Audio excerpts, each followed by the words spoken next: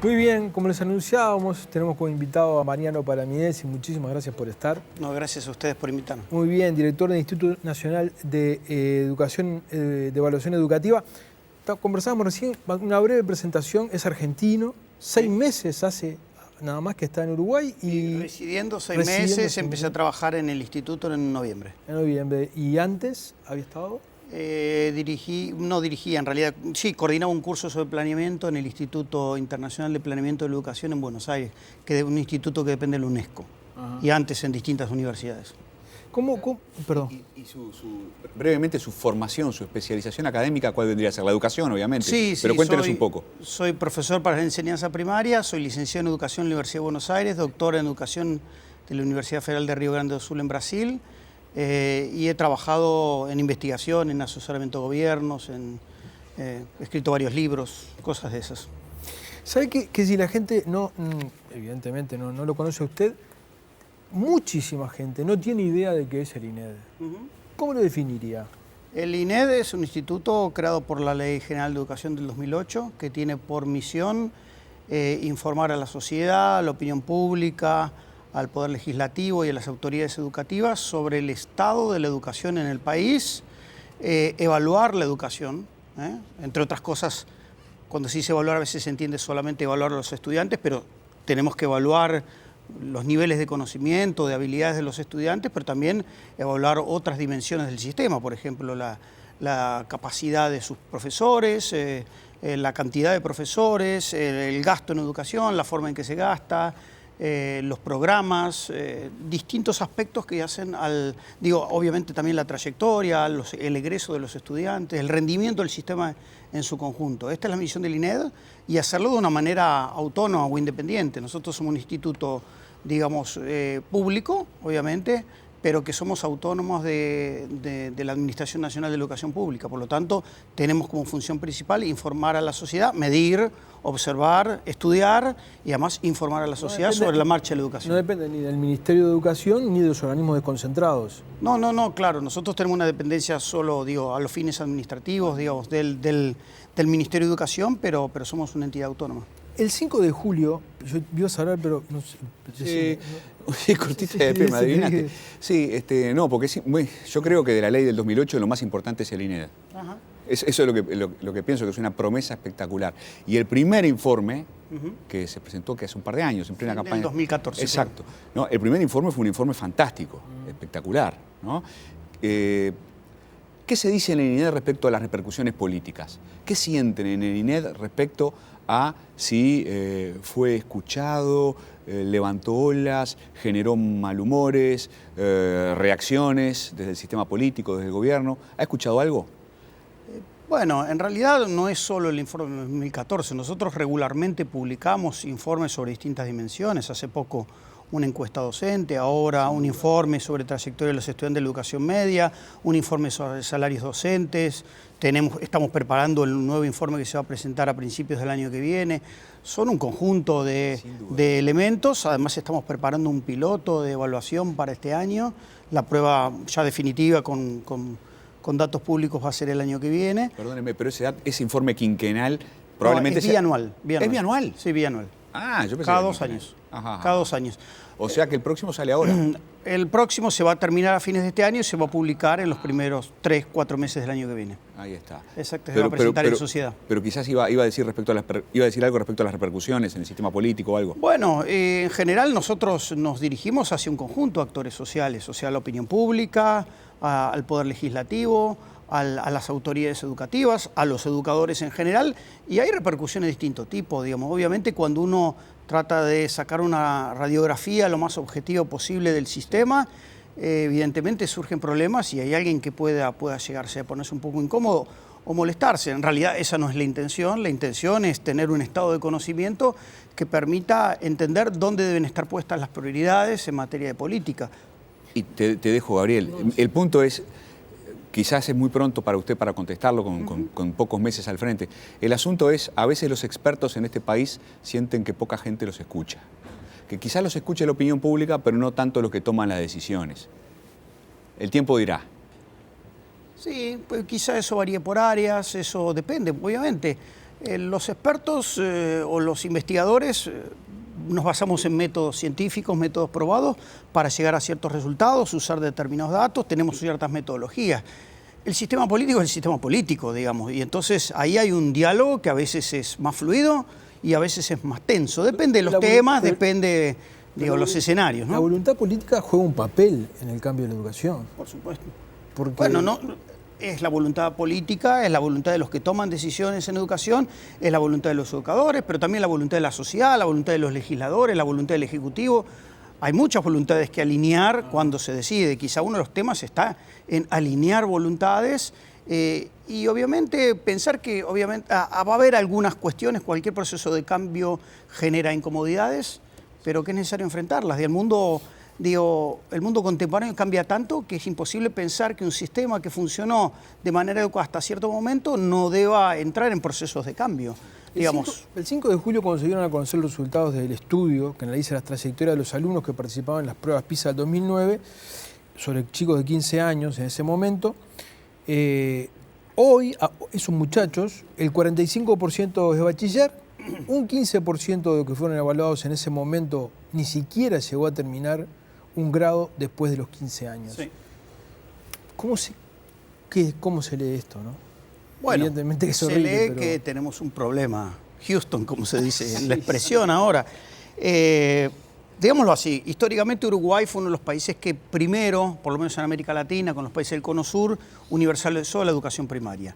La tarea de universalizar la educación secundaria es posterior, pero yo diría que en esa tarea estamos con algunos problemas.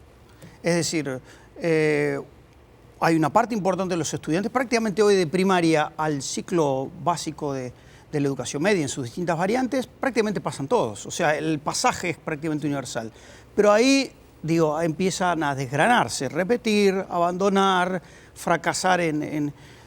Obviamente hay cuestiones que se conjugan ahí, problemas que tienen que ver con un atraso que a veces se produce en primaria por repitencia, por deficiencias en la adquisición de ciertos conocimientos y capacidades. Y también hay otras cosas que yo creo que se producen por el tipo de educación media que tenemos. Entonces ahí hay una combinación de factores que hay que mirar bien. Cuando uno piensa que mantenemos el mismo esquema educativo de hace 100 años, prácticamente es muy parecido, profesores por hora, 12, 13, 14 materias, muy fragmentadas, programas más bien cerrados y que no permiten otro tipo de tarea de exploración, de experimentación, que no permiten elección a los estudiantes. Bueno, este es un dispositivo que necesita ajustes, necesita ser más atractivo a los estudiantes y además necesita orientarse a algo, que es fortalecer las ganas de aprender y de estudiar. Lo que se les ofrezca y cómo se les ofrezca no es neutro. Y yo diría que el principal capital que hay que cuidar son las ganas de aprender y la capacidad de aprender. Porque uno a medida que crece y estudia, lo que va adquiriendo son mayores capacidades de aprendizaje. Ahí hay varias cuestiones que revisar y obviamente creo que queda claro cuando uno mira todos los datos del sistema, es que en la educación media tenemos un cuello de botella. La expansión superior, universitaria, se ha expandido bastante, pero esa expansión tiene un límite en la medida que no haya más egresados de media.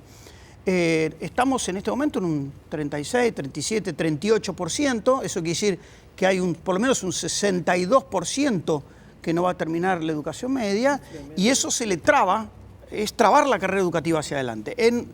Y el desafío del siglo XXI es poner a todos los jóvenes en las puertas, exitosamente en las puertas de la educación superior, para que puedan seguir estudiando y perfeccionándose. Permitime una cosita antes. Usted bien decía, hace 100 años. O sea, sí. Esto no nos pasó de un día para el otro. No es que nos despertamos un día y opa, ¿qué es la educación que tenemos? ¿No? ¿Qué es necesario romper que no se rompió en estos 100 años para poder dar el primer paso en la dirección correcta? Porque además, imagino yo, esto lo sabe usted, si hoy empezásemos a dar el primer paso en la dirección correcta, nos va a llevar un buen tiempo empezar a obtener resultados, imagino yo. Sí. ¿Qué es lo que hay que romper que no se rompió en estos 100 años? Bueno, son varias cosas. Es un tema complejo, a veces es difícil decirlo en poco tiempo. En primer lugar, en el caso de la educación media hay que invertir más. si uno mira el gasto educativo, todavía está muy volcado en primaria, que fue la tarea histórica. Entonces, media necesita más dinero. ¿Para qué necesita más recursos? Para que los profesores no estén contratados por horas, sino que estén contratados por cargo, que puedan estar en el centro educativo, en el liceo, más allá de las horas de clase, poder reunirse, estudiar, atender a los estudiantes que tienen dificultades, tiempo para corregir, tiempo que muchas veces no está pagado y hace que sostener la tarea docente sea difícil. Se necesitan recursos, obviamente, hay cuestiones de administración y de gestión de recursos que se pueden mejorar, pero claramente se necesita más inversión educativa. En segundo lugar, por algún lado u otro, hay que cambiar el modelo educativo. ¿Qué quiere decir esto? Bueno, quizá haya que revisar todo lo que pretendemos que aprendan. En realidad, bueno, muchos han dicho que la supervivencia del modelo enciclopedista, ¿no? Es una idea de sumatoria de conocimientos que hoy están al alcance de la mano si uno tiene los esquemas para incorporarlos. La educación es básicamente un proceso de aprendizaje de aquellas cosas o de tratar de promover a los estudiantes aquellas cosas que se necesita mucho tiempo para aprender. Hoy aprender a usar una computadora se aprende en un mes. Eso, obviamente, aprender a sacarle jugo es otra cosa. Pero la cuestión operativa de manejar un celular, hay muchas cosas que se aprenden solo, se aprenden en la vida. Ahora, un idioma extranjero no se aprende en la vida, aprender buenos niveles de español tampoco, las matemáticas tampoco, la natación tampoco, el arte y el lenguaje artístico lleva tiempo. O sea, todo eso que lleva tiempo debe ser materia de trabajo en la escuela. El comportamiento ciudadano necesita modelarse a lo largo del tiempo, etc. Pero ahí hay una cuestión de énfasis. El otro tema que tenemos es que Uruguay tiene una de las cargas horarias más bajas de la región.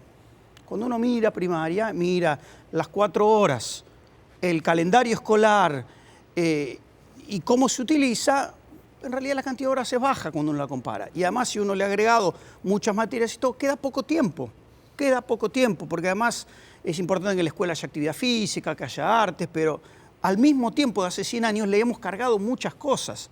O agrandamos un poco el tiempo, y eso no necesariamente quiere decir una escuela de 8 horas o tiempo completo, pero se puede agregar 1 hora y media, se puede agregar 2 horas, puede haber variantes de esto. Bueno, lo que mucha gente de clases medias busca cuando a lo mejor envía a su hijo a una educación privada, que es más tiempo con más variedad.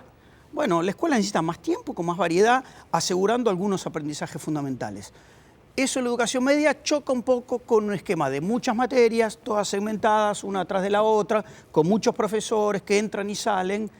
Hay ahí un tema de que ni los estudiantes a veces se sienten contenidos por los profesores y los profesores no se sienten que logran hacer pie porque trabajan con muchos grupos. Ahí hay algo que trabajar y hay que resolver y obviamente son varias cuestiones que hay que resolver ahí. Marce.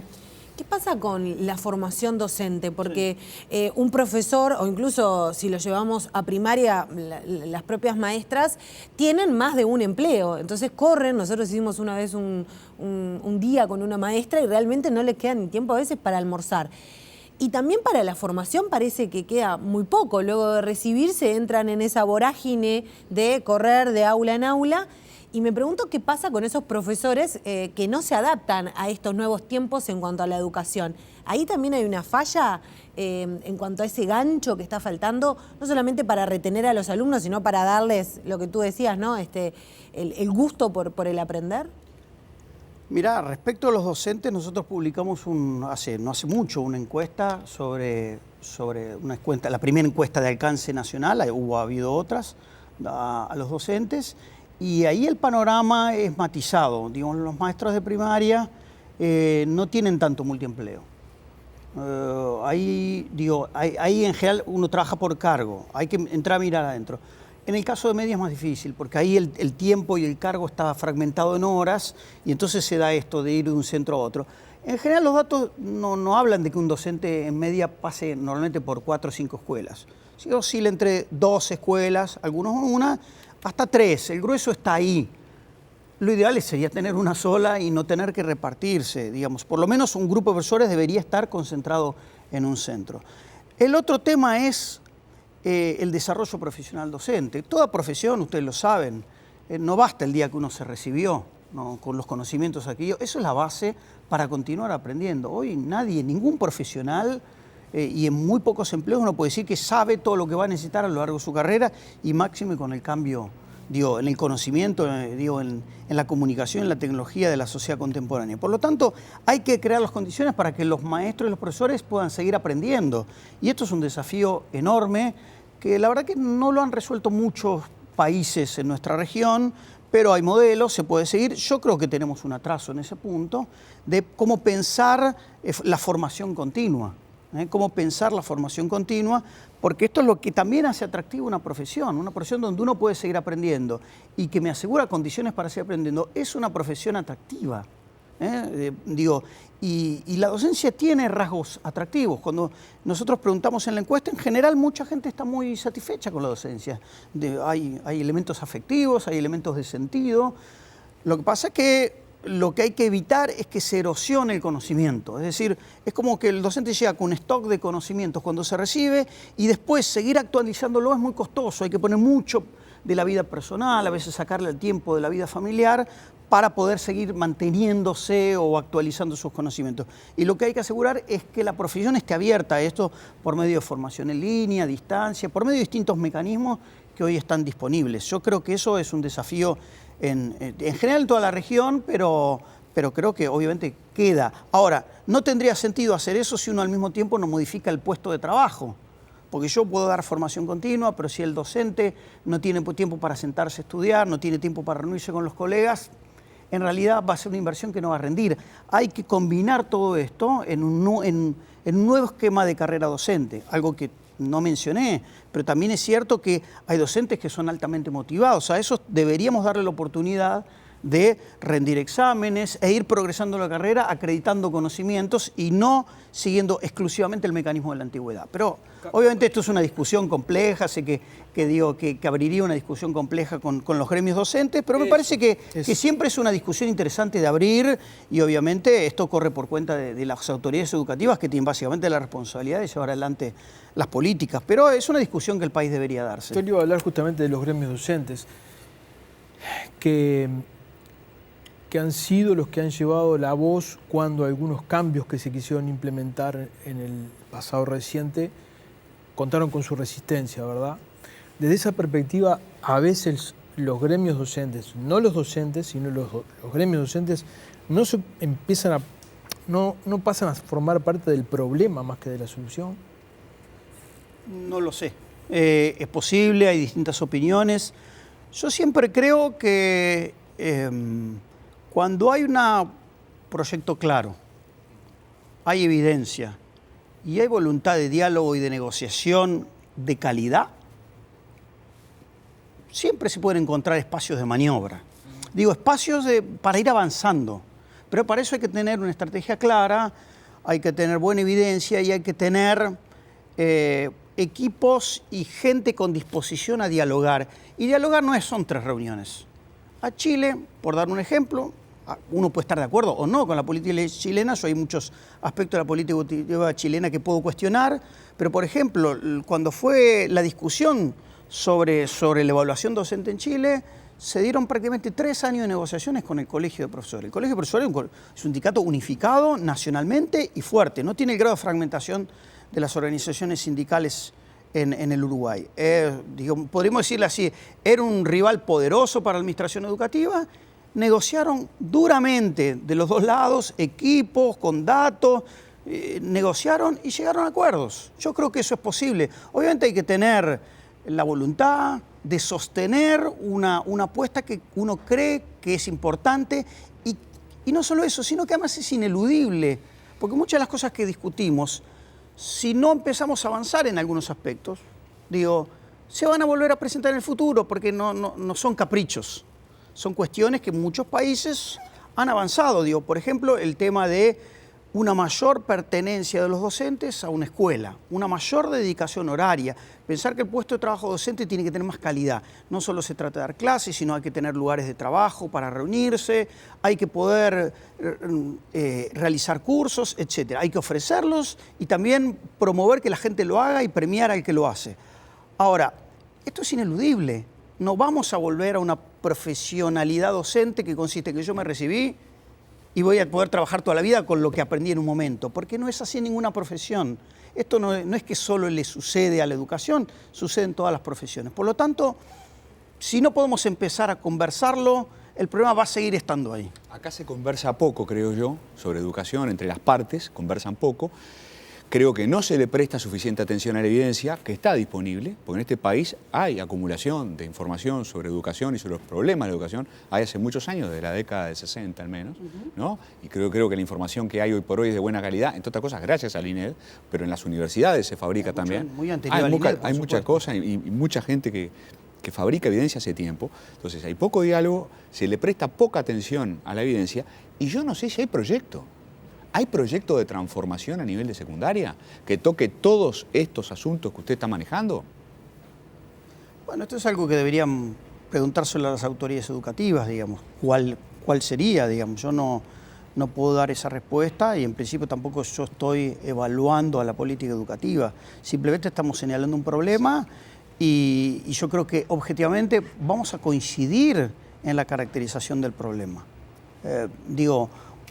Encuesta docente, el trabajo que hace poco presentamos sobre los estudiantes evaluados por PISA, los salarios, todos estos informes han sido también discutidos con las autoridades educativas, no lo desconocen, son una de las primeras personas a las cuales nosotros presentamos nuestros productos, porque es importante que ellos también sepan, porque obviamente después ustedes les van a preguntar a ellos. Yo creo que acá lo que posiblemente haya un cierto déficit, obviamente yo acabo de llegar y no soy un ciudadano uruguayo, por lo tanto, y además soy el director de un instituto que evalúa, por lo tanto hay algunas cuestiones de las cuales me debo abstener de dar una definición tajante o más polémica, pero sí creo que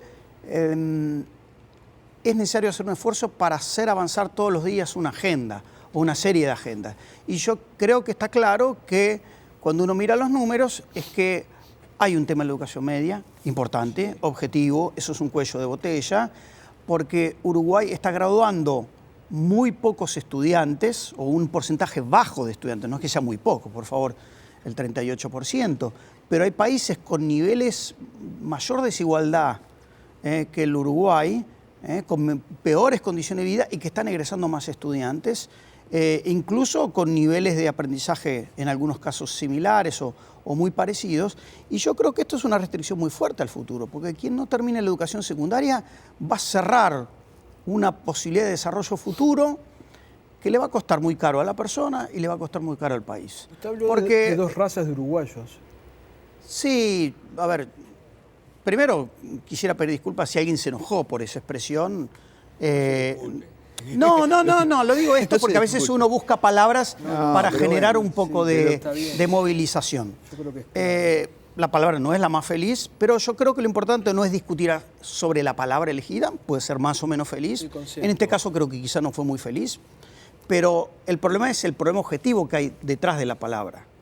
Y el problema objetivo es que este es un país de 3 millones de habitantes, que no crece mucho en demografía, y que al mismo tiempo va a enfrentar un siglo, o está enfrentando un siglo XXI, donde quien no tenga mucha población y sea un mercado grande, su única salida para hacer una sociedad realmente, de realización de los individuos, democrática y todo, es elevar drásticamente sus niveles educativos. Si el Uruguay no toma una decisión de ir hacia una población, porque es una población pequeña, pero la ventaja de una población pequeña es competir con inteligencia, porque no puede competir en cantidad, no es la India, no es Brasil, no somos Rusia, no somos China. Los países pequeños, si quieren tener un lugar, de cierta ventaja en el mundo contemporáneo, va a tener que apostar al conocimiento, a la inteligencia y a la innovación. Y una de las bases para eso es la educación. Por lo tanto, mantener un patrón de cierta dualidad educativa, es decir, una mitad de población con educación secundaria y otra no, es riesgoso para la democracia, para las personas y para la salud de la economía del país, claramente. ¿Por qué discrepa con el concepto de cambiar el ADN de la educación? Por lo mismo que dije antes, porque estamos discutiendo sobre palabras y yo quisiera saber de qué hablamos cuando hablamos de eso. Nos peleamos si se cumple, si alguien abandonó la palabra o no la palabra. Son expresiones. La pregunta es, que cuando yo saco ese envoltorio, ¿qué tengo ahí? Y lo que tenemos que discutir es sobre el contenido y no sobre el envoltorio o el rótulo que le pusimos. Por eso yo también me disculpé cuando hablé, con esos términos. Es decir, no tiene sentido enojarse con el mensajero o con la palabra, vayamos al problema. Y en el tema del ADN, o el llamado ADN, me parece que es lo mismo. Evitemos discutir sobre el rótulo y hablemos del problema. Y ahí está. Es un conjunto de problemas que tienen un conjunto de causas. ¿Es correcto para usted decir que lo que se precisa en todo caso es un cambio estructural en secundaria? Sí, en secundaria claramente. En secundaria claramente. Ahora, también es cierto que uno no puede hacer todo al mismo tiempo. Las capacidades de las sociedades para hacer cambios siempre tienen su limitación. Hay sociedades que cambian más rápido, o más vaivenes. Vengo de un país que va de un lado para el otro, y no es la característica del Uruguay. Cada uno tiene sus formas de procesar los cambios. Lo que uno no puede es pensar que puede no cambiar.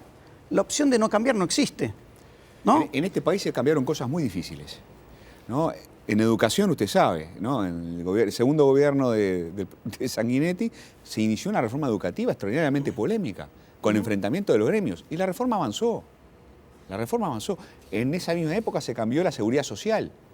Los líos que tienen en Europa para cambiar la seguridad social. Y acá se logró hacer un cambio en la seguridad social. La gente lo discute, es un tema discutible, pero se logró cambiar. Entonces, ¿cómo no se va a poder hacer un cambio estructural en secundaria? Bueno, lo que pasa es que ahí hay que ver es por qué no se puede. Y yo creo que hay uno de los temas también que hay que ver ahí, es que uno de los factores que está influyendo en eso son las mentalidades. Quiero decir, y eso no se debe solamente, como alguien podría pensar, que es un problema de los docentes o de los gremios docentes. También la propia sociedad tiene su concepción de lo que es el liceo. Y si yo le propongo cambiar el liceo, quizá muchos padres puedan decirme, no, ese no es el liceo de antes.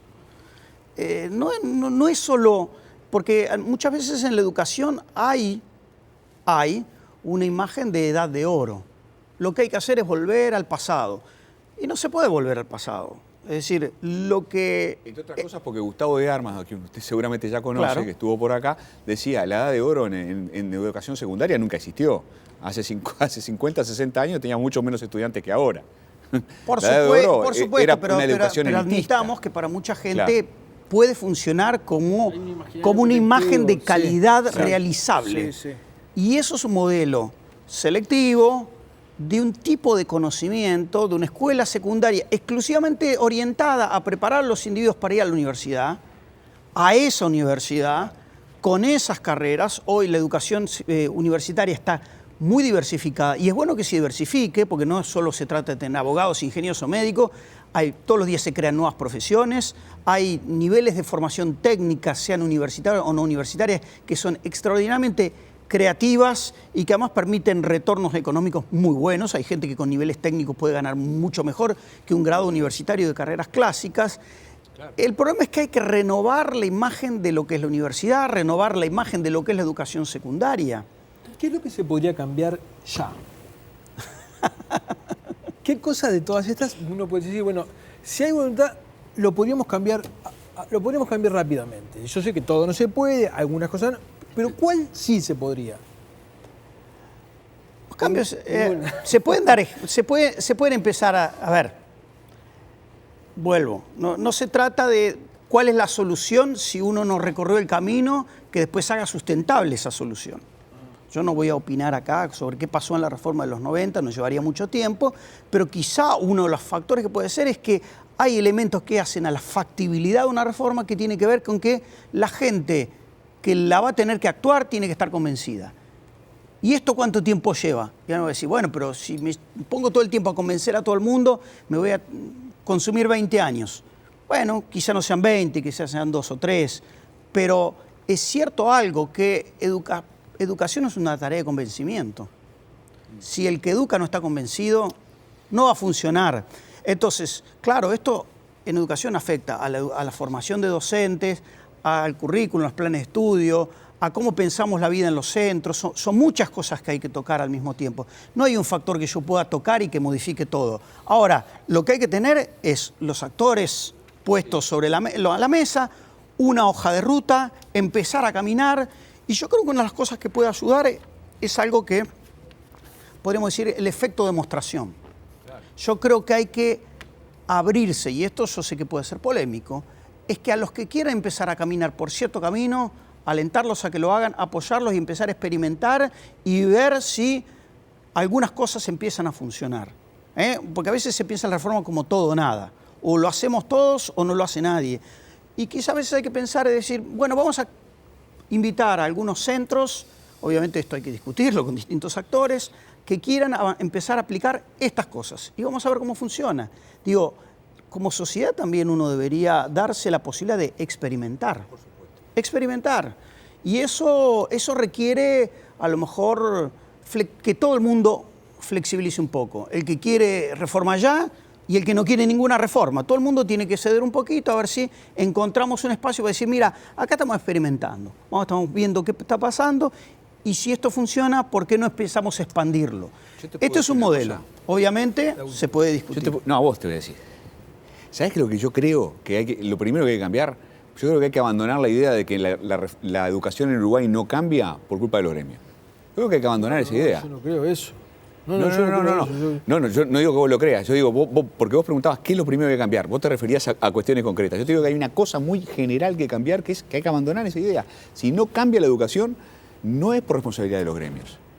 Porque gremios en este país hay siempre hubo, y en la educación y en donde vos quieras. Y sin embargo hubo cambios. Solamente se puede cambiar cuando el poder... Es el liderazgo político. El poder es el que puede. O sea, los gremios tienen un pedazo del poder. El poder está en otro lugar. Si quisieran matar a los elefantes blancos, los matarían. Entonces el poder es el que puede. Sí, pero hay que matizarlo. El poder puede si al mismo tiempo tiene capacidad técnica para hacerlo. No es solo decisión.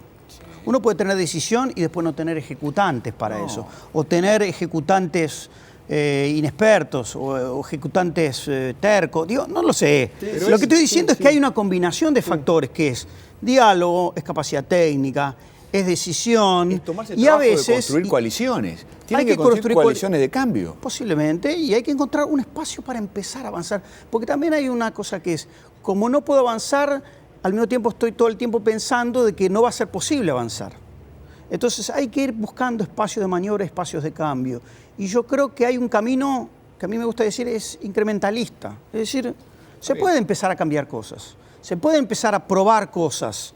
Hay que poner buena voluntad, hay que sentarse a la mesa y decir, no nos levantamos hasta que no nos ponemos de acuerdo en 4 cosas. Yo creo que hay espacio para hacerlo. Mirá, déjame contarte una cosa de los gremios de El Salvador después de los acuerdos de paz del 91. Se hizo un plan decenal de educación extraordinario. Yo estuve unos días en El Salvador conversando con autoridades educativas en aquella época y con sindicalistas y gente de la Comisión Nacional de Educación. ¿Sabes lo primero que hicieron después de los acuerdos de paz, cuando se terminó la guerra civil? Se reunieron las autoridades, se reunieron con los sindicatos. La primera medida fue, las armas las dejamos afuera. Y se entendieron con sindicalistas que iban armados y líderes políticos que iban armados a las reuniones, ¿no? Se lograron entender, hicieron un plan de educación. Tiene muchas historias de concertación, pero no solo hay que ir a concertar, hay que concertar con la voluntad de no levantarse hasta lograr algunas cuestiones. Y ahí hay algo de terquedad bien entendida, ¿no? Para mí se le quedo enormemente agradecido. No, por favor, gracias a ustedes. Siempre nos quedan cortos este tipo de entrevistas, pero ¿qué vamos a hacer? Siempre se puede repetir, ¿no? Siempre se puede repetir. Muy Muchísimas bien. gracias. Gracias a ustedes. Nos vamos a una tanda y volvemos con la situación de Dolores.